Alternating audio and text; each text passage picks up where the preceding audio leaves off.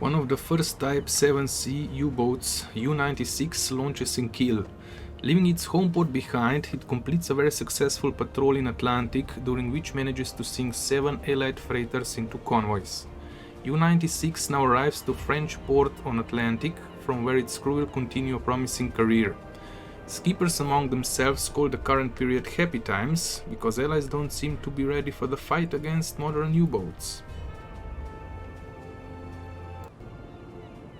Hello everybody, and welcome to a game called U-boat, or U-boat.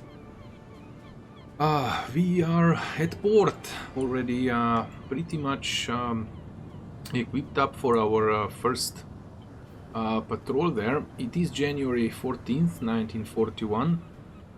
We got ourselves a brand new sub, U-96.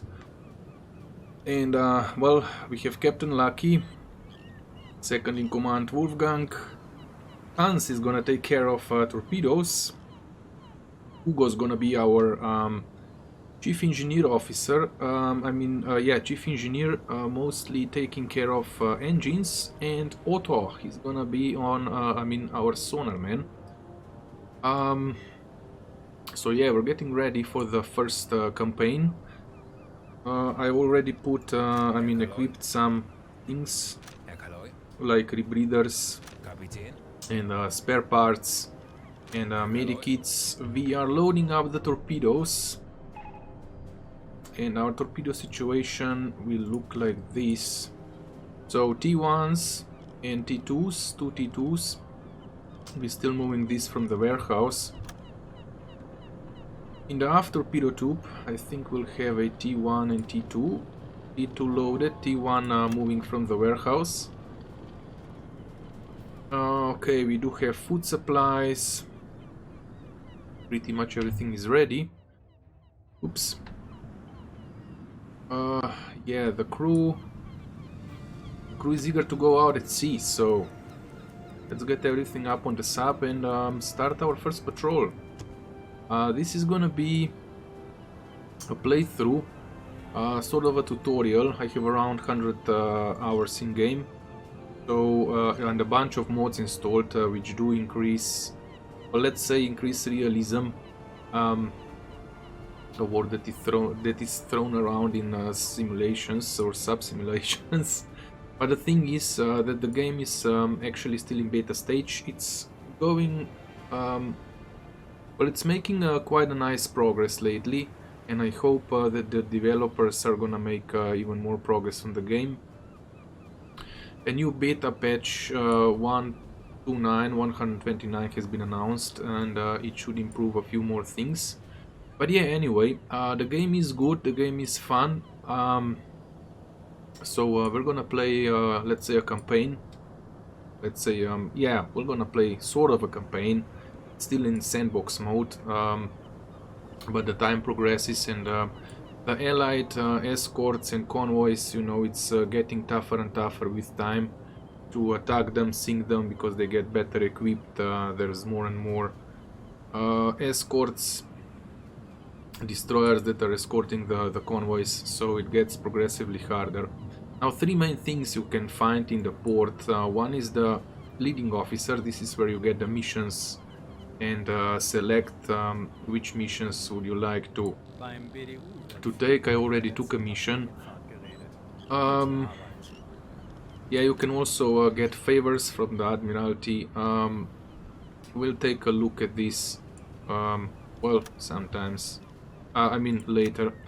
The recruitment officer is where you get your crew. I'm using a mod that expands the crew. But anyway, these are our officers. You can set schedules for your crews, for the shifts, and for your officers. Give them tasks to perform different things that need to be done up on the sub. And okay, squads, where you assign sailors to different squads, and you can assign sailors to captains as well. The third thing, of course, is the warehouse. This is where you buy equipment, food, ammunition, you know, torpedoes.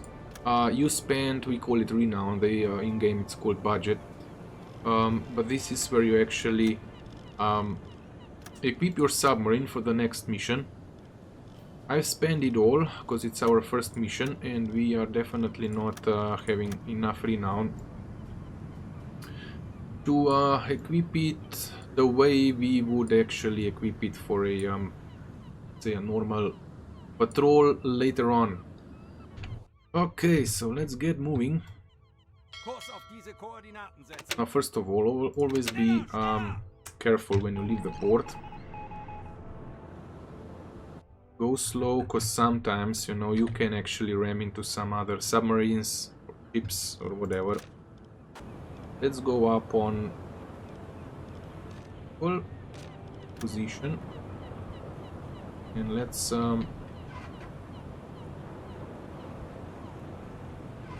leave the port.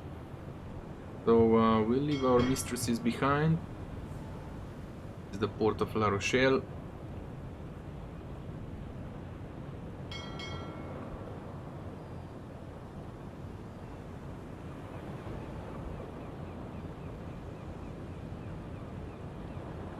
And yeah, I think it's time to inspect our boat. Let's go down.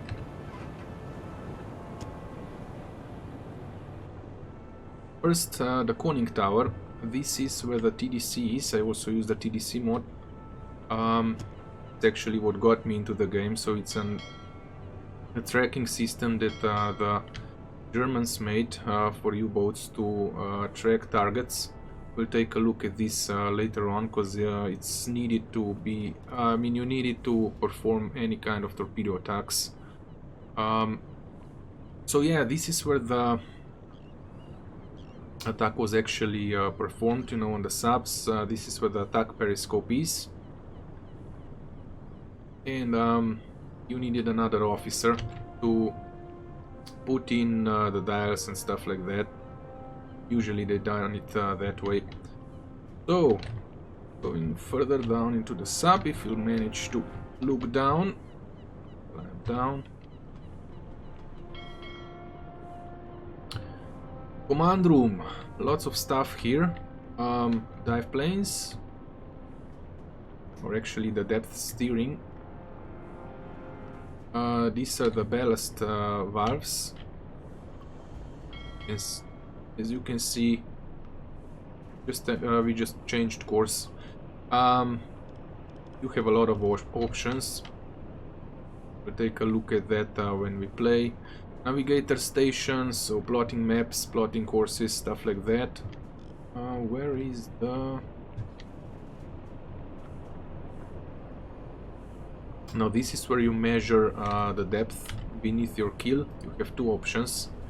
An important note here, if the enemy escorts are close, never use the ping deep, because it will reveal your position. They will hear it. It's a ping, you know, you probably have heard in the movies.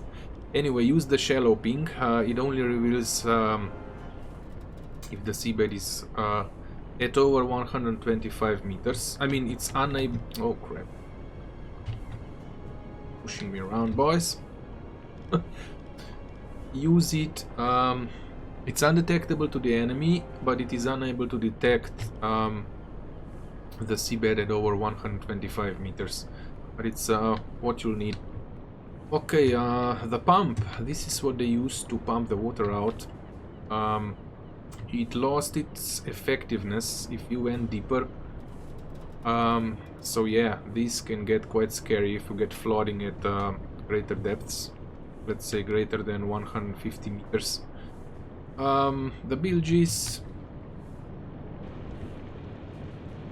Well, let's go and visit the forward torpedo guys first.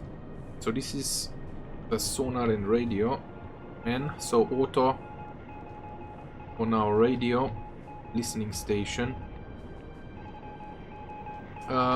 Captain's quarters. Captain's, well, this is where the officers were, you know, dining, sleeping. It's a toilet. And this is the cabinet where we are storing, well, currently we only have coffee and okay, it's a combat helmet. So this is the forward torpedo room. As you can see, they are preheating the torpedoes. The bunks need to be moved away, tucked up. So yeah, this is where the sailors sleep.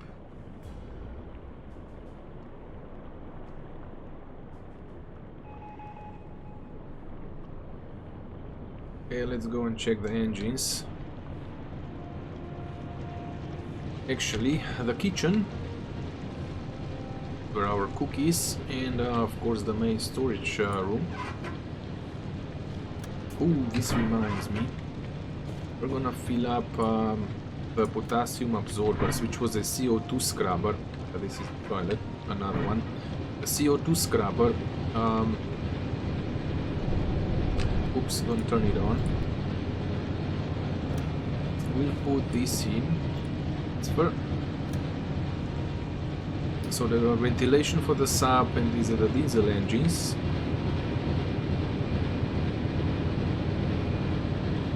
Would you guys let me through, please? Yeah, well, if I would be the developer, if you're playing first person mode, you should just go through. Electric engines.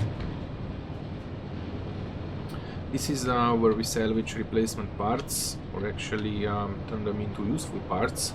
A bit of a workstation. Diesel compressor, when you dive down and when you blow the ballasts to get the sub back up, you use up compressed air. So you have to refill that compressed air pretty much every time after you surface. Now in the next update, the developers, I think they wrote that you're going to be using compressed air each and every time when, when you're going to move the sub up and down underwater as well, so that's a nice add-on.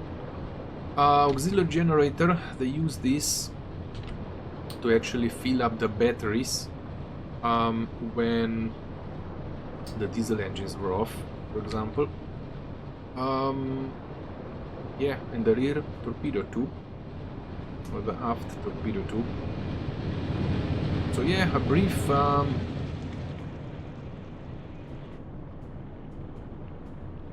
tour of the sub. How did we manage to inside? Also the gyro compass. This gives out a lot of sound, I mean a lot of noise, so you have to be careful when there is an option that you can be heard, like from a destroyer or from escorts. It's best to turn it off. Okay, an interesting development. I did not expect that to happen on our first patrol. We got a report in from BDU. From a U-1105, reporting having sighted a convoy at coordinates blah blah. Observed course is east, northeast, and approximate speed is 9 knots, so it's an approximate one. Available unit should attempt to intercept and further reports may be transmitted. And now, this transport is up here, and it's a very large group.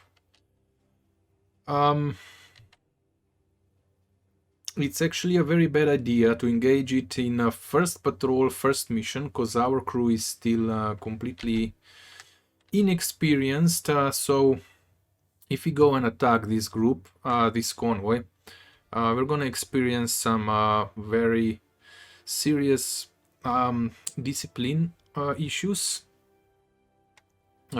Problems with discipline. Sailors might chicken out, they might start screaming, giving away our position, and of course endanger the whole crew. Now here's the first hint on how to actually plot the course of the convoy. So first of all, mark the convoy and then increase the speed. So by increasing the speed, you will see where you are actually gonna intercept the convoy. All you need to do is plot a line, and this is the convoy's path, and this is the convoy's interception point at this speed. So if you change speeds, you know, this should move further to the right. Actually, let's do it this way. So the convoy is moving north and northeast.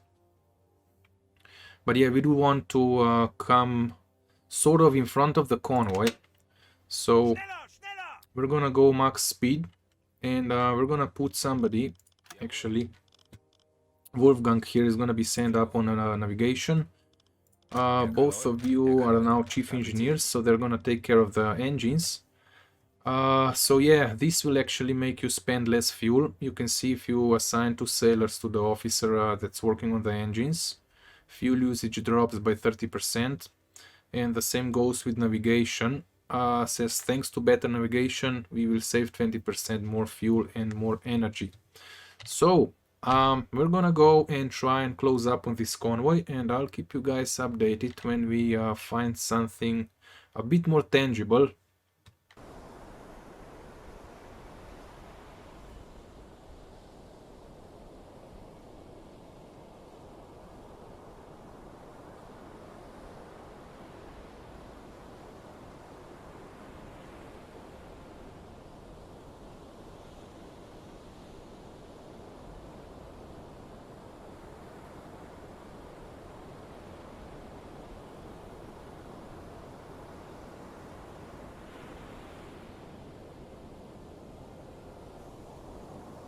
Okay, January 21st, almost 2 afternoon, 2 o'clock p.m. We are getting close. It says that this convoy can be somewhere in around this red circle, so in the radius of 15.4k. We are moving towards it. We're gonna pinpoint the location a bit closer. I mean, we are gonna pinpoint their location more precisely when we dive down to at least the periscope depth and start hearing or listening on the sonar. But I still think we are a bit too far away to do that, because when we go underwater, we will first start using up our battery capacity, and we're gonna be moving much slower than we are up on the surface. I will also prepare the boat now, turn off some devices that actually generate sound or noise, so will be harder to detect us, because I mean, I'm like 110% sure there's a lot of escorts in and around this convoy. Okay, so let's prepare the sub for the attack, at least start the initial things. So we're gonna turn off the drinkable water that generates noise. I'll send Wolfgang here to turn off the heater. We'll send Hans to turn off the gyro compass. We also have some water that's been that has built up in the bilges, so we're gonna get that water out as well.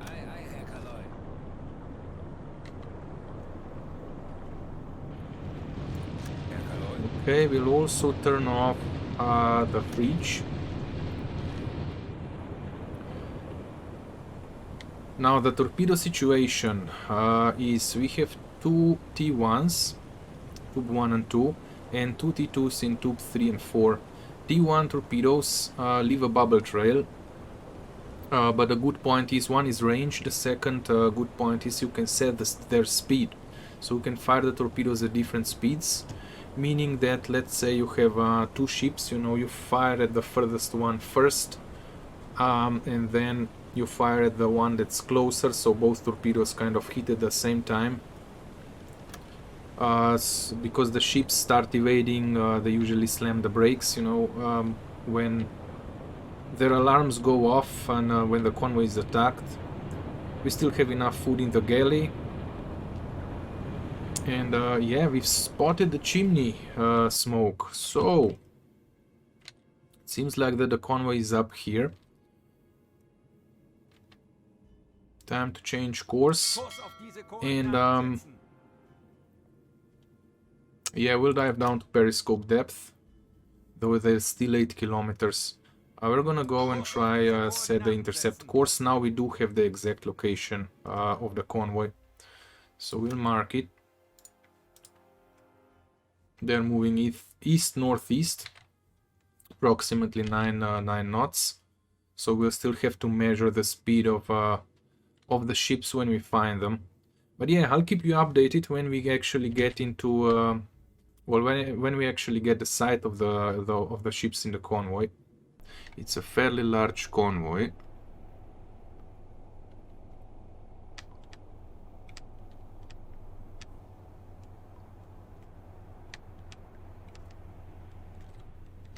But there's the lead destroyer.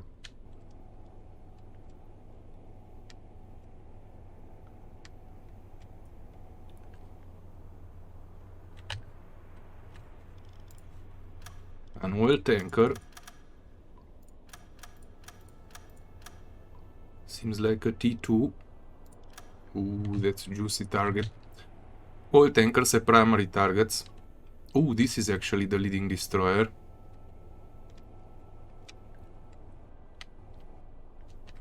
Trade ship. Another merchant. Another merchant. Ooh, this is juicy. There's another merchant. Another one. This one's gonna go behind us.